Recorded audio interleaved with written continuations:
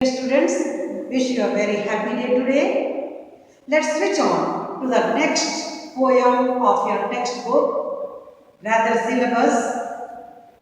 In your textbook, it is at the sixth place, that is sixth poem of your textbook, but in your syllabus, it is third. John Brown. It is written by Bob Dylan. Bob Dylan was his nickname. Actually, his name was Robert Allen Zimmerman, who was born on May 24th, 1941. Bob Dylan is an American poet, or rather songwriter and singer. This particular poem is an interesting anti-war lyric which describes the horrors of war and the ease with which young people, young men, young boys find themselves trapped in. The idea of being a hero in the battlefield is tantalizing as it is fatal. It is as tantalizing as it is fatal. So, very beautifully, he explains the futility of war. The soldiers do not know the reason for what they are fighting. They have got simply a very narrow vision of, rather, their people here, the mother has got only the narrow vision of getting the name and fame and getting lot of medals, that's all.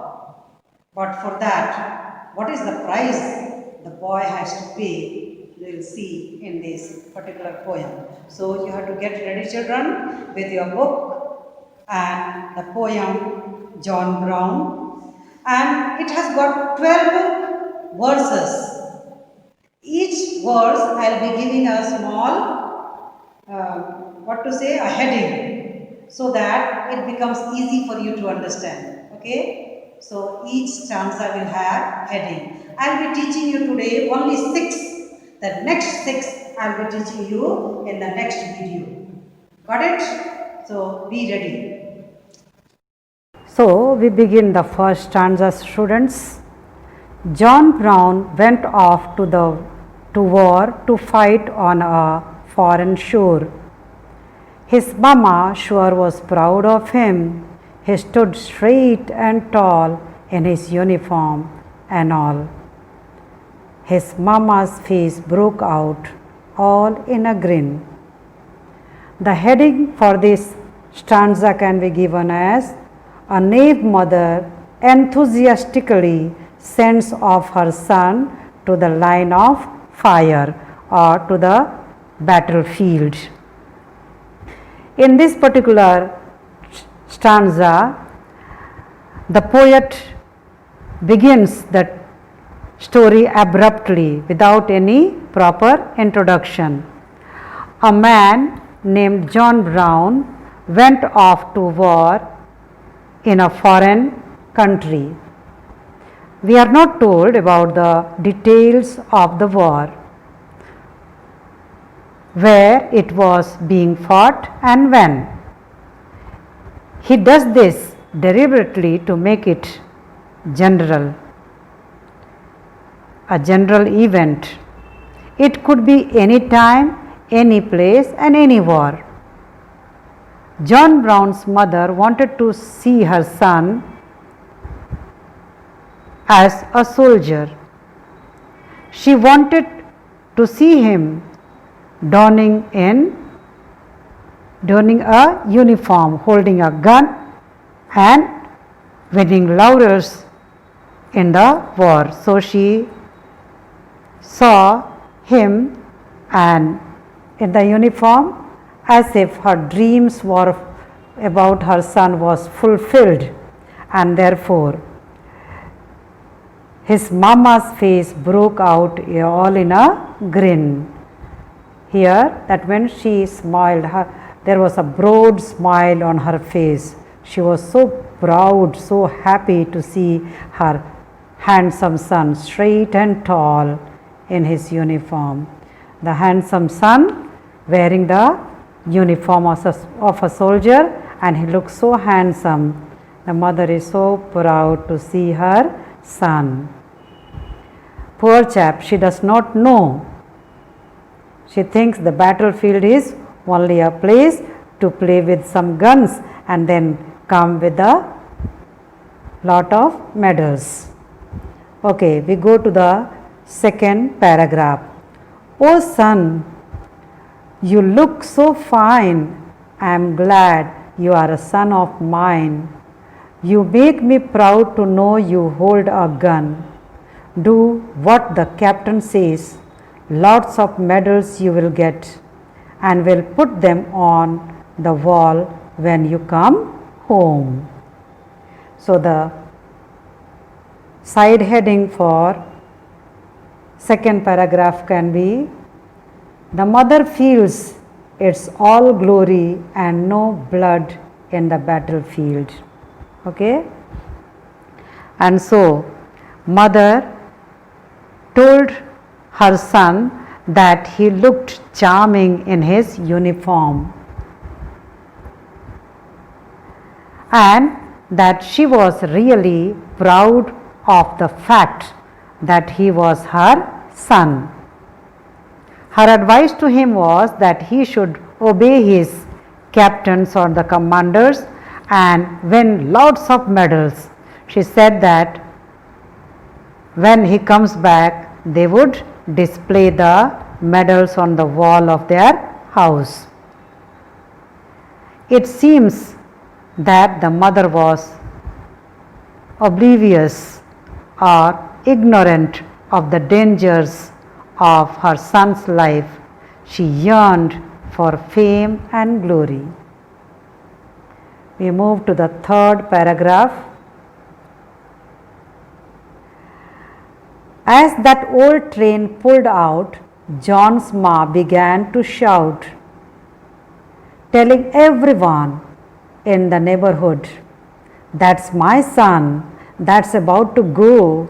He is a soldier now, you know." She made well sure her neighbors understood. So here, for the third stanza, we can give the side heading is, she is, or rather the mother is triumphant as she sees her son John Brown off at the station, and therefore she makes known to everyone.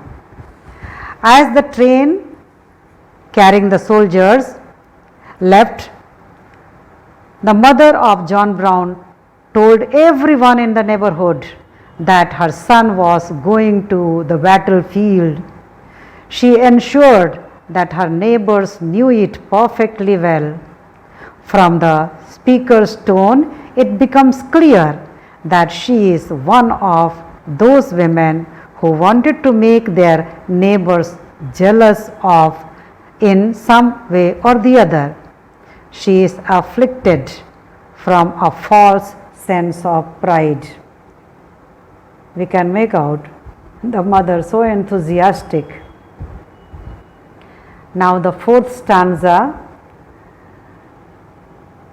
She got a letter once in a while, and her face broke into a smile as she showed them to the people from next door, and she bragged about her son with his uniform and gun. And these things you called a good old-fashioned war. Oh, good old-fashioned war. That means she says it is not old-fashioned war. War is necessary so that our boys, brave boys, may show their bravery, manhood, manliness. Okay, so for the fourth stanza, we can give the side heading, the mother proudly reads out John's letters from the battle lines to her neighbors. We are told that John's mother received an occasional letter from her son, which always made her feel happy and proud. She showed these letters to all the persons in the neighborhood. She would boast of her son's glory in the uniform. In fact, she wanted to prove that war was not something obsolete or old fashioned. She believed in heroic concept of war. We move to the fifth stanza. Then the letters ceased to come for a long time. They did not come. They ceased to come for about 10 months or more. Then a letter finally came saying, "Go down and meet the train. Your son's coming home from the war." So, the side heading for the fifth stanza is letters stop coming. Ceased means stop.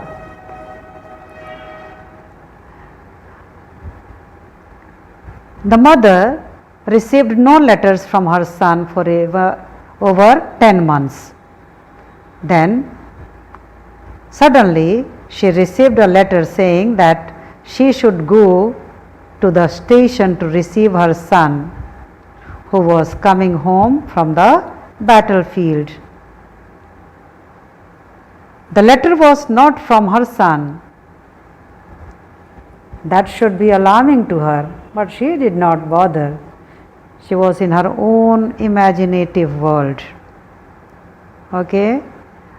John's mother, in her excitement, paid no attention to it. Rather, she went happily. Okay? She smiled and went right down.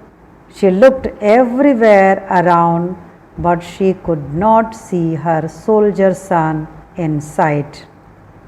But as all the people passed, she saw her son at last. When she did see, could hardly believe her eyes. So, the side heading is the train carrying back a battered and broken John arrives.